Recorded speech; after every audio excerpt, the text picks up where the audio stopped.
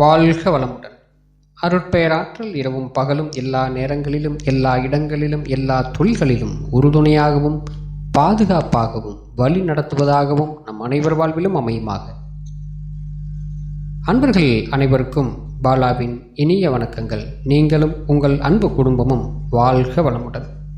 இன்னைக்கு நம்ம பார்க்க போகிறது துலாம் லக்கணக்காரர்களை பற்றி. துலாம் லக்கணக்காரர்களுக்கு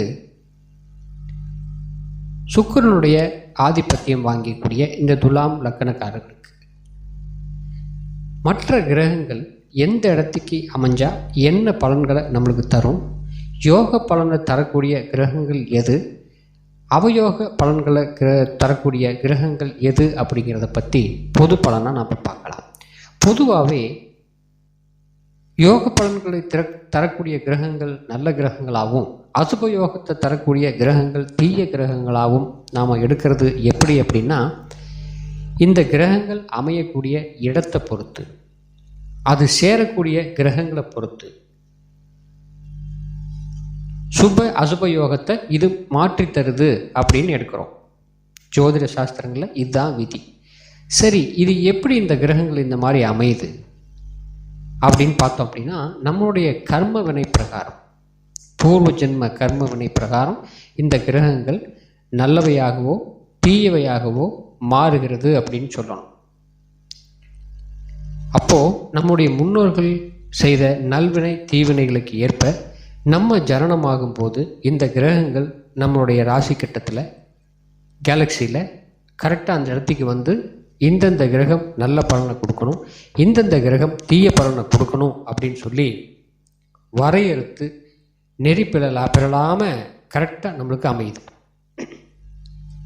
இப்போது இது எல்லாமே நம்முடைய சொந்தங்கள் அப்படின்னு சொல்லலாம். இந்த கிரகங்களை இதுக்குள்ளே தான் நம்முடைய பாட்டா, தாத்தன், பூட்டன், பாட்டி வகைரா இவங்க எல்லாமே இருக்காங்க.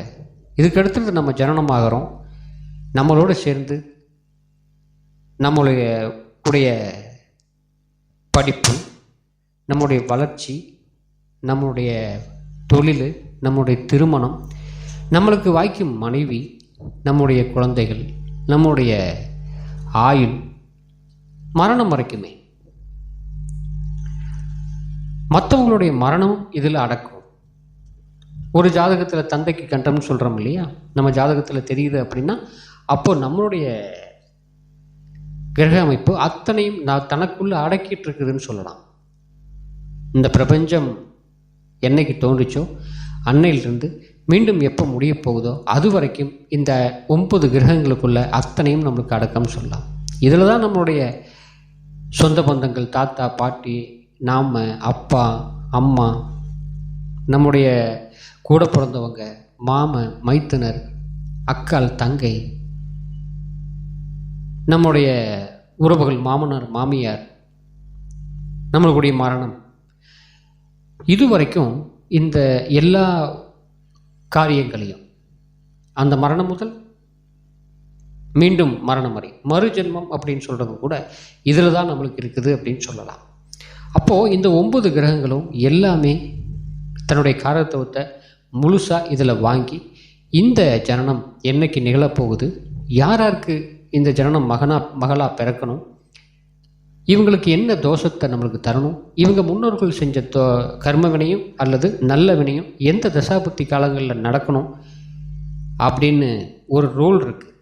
அந்த ரூல்ஸுக்கு எந்த விதத்திலையும் பங்கம் வராமல் இந்த கிரகங்கள் வேலை செய்யும். அப்போது நம்முடைய முன்னோர்களுடைய கர்ம வினை தான் இந்த கிரகங்களுடைய மாற்றத்தை நடத்தி வைக்குது அப்படின்னு சொல்லலாம். அப்படி நடத்திட்டு இருக்கக்கூடிய இந்த கிரகங்கள் எந்த இடத்துக்கு அமைஞ்சா நல்ல பலன், எந்த இடத்துக்கு அமைஞ்சா தீய பலன் அப்படின்னு சொல்லி ஒவ்வொரு லக்கணத்துக்கும் ஒரு விதி இருக்குது, பொதுவான விதி. இந்த இடத்துக்கு அமைஞ்சால் நல்லது பண்ணும். இது எப்போ நல்லது பண்ணும்? தன்னுடைய தசாபுத்தி காலங்களில். அந்த தசாபுத்திகள் நம்மளுக்கு வரக்கூடிய நேரங்களில் இந்த வயசில் தான் இந்த தசாபுத்திகள் வரணும் அப்படிங்கிறது ஏற்கனவே நிர்ணயிக்கப்பட்ட ஒன்று. அப்போது இந்த குறிப்பிட்ட காலத்திலிருந்து குறிப்பிட்ட காலம் வரைக்கும் இவங்க இந்த சுபத்துவ, அதாவது சுப நிகழ்ச்சிகளை நடத்துவாங்க. சுபமான வார்த்தைகளை காதில் கேட்பாங்க. பணம் காசு இவங்ககிட்ட நிறைய வரும் அப்படின்னும், இல்லை இந்த பணம் காசு எல்லாமே இவங்களை விட்டு போக போகுது, இவங்க ஏதோ ஒரு துன்பத்துக்கு ஆளாக போகிறாங்க அப்படிங்கிறதையும் முடிவு பண்ணுறது நம்முடைய கர்ம வினையை தாங்கி வரக்கூடிய இந்த கிரகங்கள் தான். மனிதனை கிரகங்கள் ஆள்கின்றன அப்படின்னு சொல்லி ஒரு வாக்கியம் உண்டு ஜோதிட சாஸ்திரத்தில். அதுபோல தான் நம்முடைய வாழ்க்கையை முழுசாக ஆளுமைக்கு உட்படுத்தி நம்மளை கட்டுக்குள்ளே வச்சிருக்கிறது இந்த 9 பேரும் தான் அப்படின்னு சொல்லலாம். சரி, இப்படி நடத்திட்டு இருக்கக்கூடிய இந்த கிரகங்கள் துலாம் லக்ன ஜாதகருக்கு எந்த வகையில் அமைஞ்சா யோகம், எந்த கிரகங்கள் இவங்களுக்கு புண்ணியத்தை தரும் அல்லது பாவங்களை தரும், சாபங்களை தரும் அப்படிங்கிறத பற்றி பொது பலனாக நம்ம பார்க்கலாம். நம்முடைய ஜோதிட சாஸ்திர நூல்களில் துளையில் பிறந்தார்க்கு சூரியன் செய்பொன்னும் சொலும்பாவி பொந்தி சனி சுங்கன் நிலை சுபர்கள் புந்திமதியும் கூடி பேராசர் யோகம் உண்டாம் வந்த செவ்வாய் கொல்லான் வளைந்து அப்படின்னு சொல்லி நூல்களில் சொல்லப்பட்டிருக்கு. இந்த மாதிரி பல கவிகள் மூலயமா நம்மளுக்கு இந்த கிரகங்களை பற்றி தெளிவாக நம்மளுக்கு விளக்கியிருக்காங்க. இந்த பாடல் பிரகாரம் துலா லக்னத்தில் பிறந்தவங்களுக்கு புதன் சுக்கிரன் சனி சுப பலன்களை தருவார் அப்படின்னும், சூரியன் செவ்வாய் அசுப பலன்கள் தருவார் அப்படின்னும், சந்திரன் புதன் யோக பலன்களை தருவதாகவும் சொல்லப்பட்டிருக்கு. இதை வச்சு தான் நம்ம கணிச்சுக்கிட்டு வரோம். அது பிரகாரம் தான் நம்ம பலன்னு சொல்கிறோம். அதே சமயத்தில் இந்த ஜோதிட சாஸ்திரத்தில் இந்த பலன்கள் மாறுபடக்கூடியதாகவே இருக்குது. இப்படி சொன்னால் இதுவே உண்மையா அப்படிங்கிறதுக்கும் நம்மளுக்கு எடுத்துக்க முடியல. நடைமுறையில் நிறைய மாற்றங்கள் உண்டு. ஆனால் ஒரு 65% 70% வரைக்கும் இந்த பலன்கள் பொருந்தி வரதை நம்ம நடைமுறையில் அனுபவத்தில் பார்க்குறோம். அதே போல் கொன்றவனே கதிரவனமும் கோணமேற சீரனேன் ஜென்மனுக்கு யோகம் மெத்த அப்படிங்கிறபடி சூரியன் 5, 9 இருப்பினும் யோக பலனை தருவார் அப்படின்னு தான் அதில் சொல்லப்பட்டிருக்கு. நடைமுறையில் இது செயல்பாட்டுக்கு கட்டாயம் நம்மளுக்கு வருது. இதே போல் சுக்கிரன் அப்படின்னு சொல்லக்கூடிய இந்த கிரகம் 1, 4, 5, 7, 9, 10 இருந்து அந்த வீட்டோட அதிபதி சுக்கிரனுக்கு ஒரு நல்ல நிலையில் இருந்ததுன்னா மிகப்பெரிய யோக பலனை இந்த துலாம் லக்னனுக்கு விருத்தி செய்கிறார். பல ஜாதகங்களை நம்ம பார்க்குறோம். அதே போல் லக்னாதிபதியான சுக்கிரன் 8க்குரிய ஆதிபத்திய தோஷம் செய்ய மாட்டாங்க அப்படின்னு சொல்லி நூல்களில் சொல்லியிருந்தாலும் கூட லக்னாதிபதியான சுக்கிரனுடைய திசை திருவாதிரை, சுவாதி, சதயம், புனர்பூசம், விசாகம், பூரட்டாதி இது போன்ற நட்சத்திரங்களில் துலா லக்னமாக பிறந்தவர்களுக்கு சுக்கிர தசை வரும்போது மாரகம் கண்டம் தர இடம் இருக்கத்தான் செய்யுது. சில பிரச்சனைகளை அவங்களுக்கு தருது. இந்த காலங்களில் தான் தன்னுடைய ஜாதகத்தை கொண்டு போய் பார்த்துட்டு அந்த மிருத்யுஞ்சய ஹோமம் பண்ண சொல்லி நம்ம அறிவுறுத்துறோம். இந்த யோகம் பண்ணும்போது இந்த தாக்கங்கள் சுக்கிரனால் ஏற்படக்கூடிய இந்த தாக்கங்கள் கட்டாயம் நம்மளுக்கு குறைஞ்சே வருதுன்னு சொல்லலாம். இந்த லக்னத்தில் பிறந்த ஒரு சில ஜாதகருக்கு இருதாரம் ஏற்படுது. யோக பலன்களை தரக்கூடிய புதன் சுக்கிரன் சனி போன்ற கிரகங்கள் பாதிப்பை தருவதாயும் பார்க்குறோம். இந்த கிரகங்கள் ஏதோ ஒரு வகையில் ஒரு சின்ன சின்ன பிரச்சனைகள் நம்மளுக்கு தருது. இதுக்கு காரணம் என்ன அப்படின்னு பார்த்தோம் அப்படின்னாக்கா, புதன் பாக்கிய விரையாதிபதி கொடுத்து கெடுக்கும் தன்மை உள்ளவர்னு சொல்லலாம். அதனால் இந்த பாதிப்புகள் நம்மளுக்கு நடக்கலாம். சந்திரன் அப்படிங்கிறவர் நிலையான தன்மை பெற்றவர் இல்லை. இவன் அமைப்பு பெற்ற புதன் சந்திரன் சேர்க்கை யோக பலனை கட்டாயம் நம்மளுக்கு விருத்தி பண்ணுறதில்லை அப்படின்னு சொல்லி எடுக்கிறோம். அது அனுபவத்தில் நம்ம பார்க்குறோம். யோக பலன்களை தந்தால் கடைசியில் இது ஏதோ ஒரு வகையில் கெடுத்துருது. மிகப்பெரிய யோகத்தை கொடுத்து கடைசியில் கெடுத்து விட்டுறது, சில அவமானங்களையும் ஏற்பாடு பண்ணி கொடுத்துருது. இதை நம்ம கண்கூடா ஜாதகங்களில் நம்ம பார்க்குறோம். மேலும் இந்த புதன் சந்திரன் சேர்க்கையோடு 2-7க்குரிய செவ்வாய் சேர்ந்து போச்சுன்னு வச்சுக்கலேன், அவருடைய தசாபத்தி வருகாலம் என்ன ஆகும் அப்படின்னாக்கா, அந்த மிகப்பெரிய ஒரு காமக்குற்றம் சொல்லுவாங்க இல்லையா, அந்த மாதிரி பெண்கள் சம்பந்தத்தில் அதிகமான ஈடுபாடு ஒரு சில ஜாதகத்துக்கு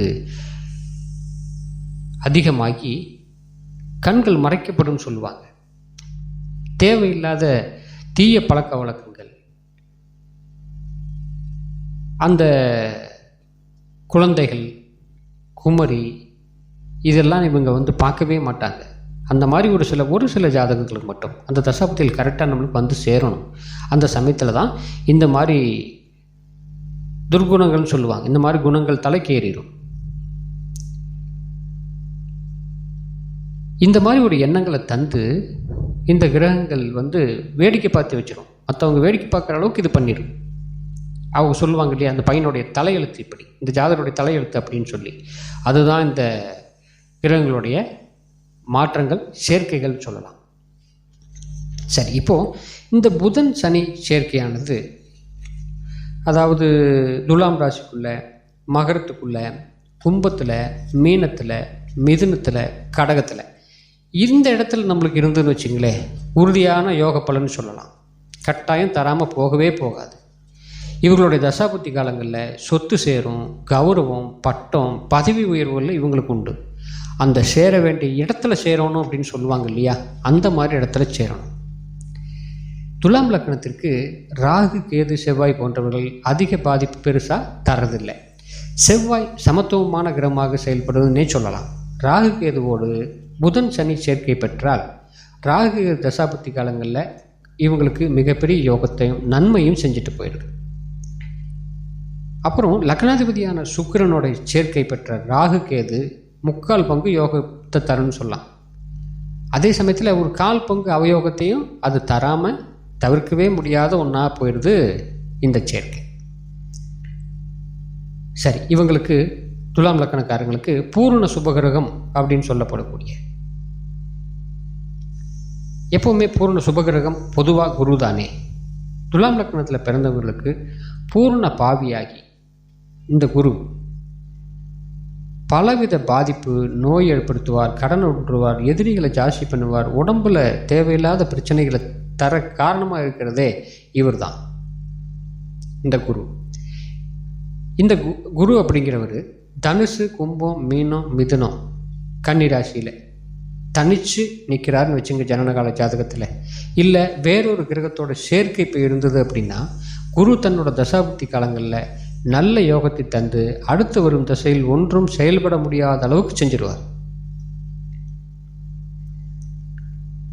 குரு சுபகிரகம்னு சொல்கிறோம் இல்லையா, இந்த லக்னத்துக்கு பார்த்தோம் அப்படின்னாக்கா மாறுபட்ட பலனை கொடுத்துருவார்.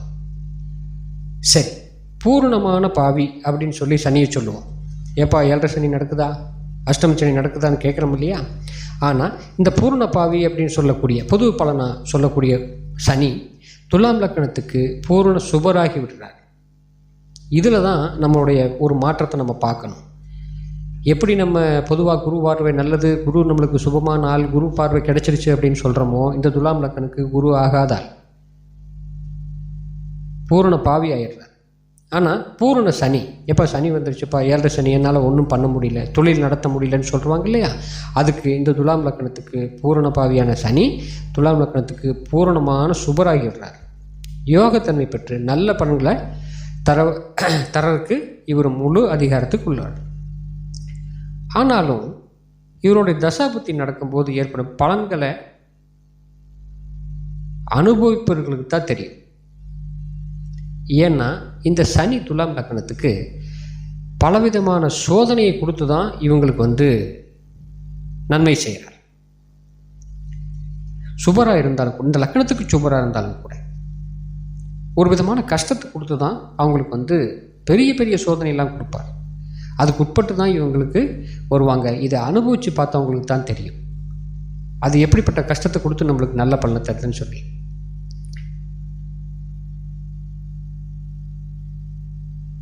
இந்த சனி பகவான் கிருத்திகை, உத்திரம், உத்திராடம், ரோகிணி, அஸ்தம், சித்திரை, மிருகசீரிசம், புனர்பூசம், விசாகம், பூரட்டாதி இந்த நட்சத்திர சாரம் பெற்ற சனி பாபியாகி மிக பாதிப்பான பலன்களை தருவது உண்மையிலேயே சூரியன், ராகு, கேது, செவ்வாய் ஆகியோருக்கு குருவின் பார்வையோ சேர்க்கையோ துலாம் லக்ன ஜாதகருக்கு இருந்தது அப்படின்னா புத்திரர், கணவன், மனைவி, தொழில், குடும்ப ஒற்றுமை, தனநிலை போன்றவைகளில் பாதிப்பு தந்துடுது.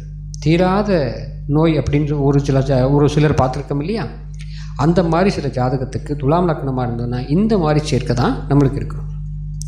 சரி, இந்த மேலே சொன்ன நட்சத்திரம் இருக்குது இல்லைங்களா, இந்த நட்சத்திரத்தை பெறாத சனி மிகப்பெரிய யோக பலனை கட்டாயம் தருவார்னு சொல்லலாம். இந்த லக்னத்தில் பிறந்தவர்களுக்கு தர்ம கர்மாதிபதி யோகம், கஜகேசரி யோகம், குருமங்கள யோகம் பலன் தருவதில்லை. அதியோகம், சசிமங்கல யோகம் போன்றவை மட்டும்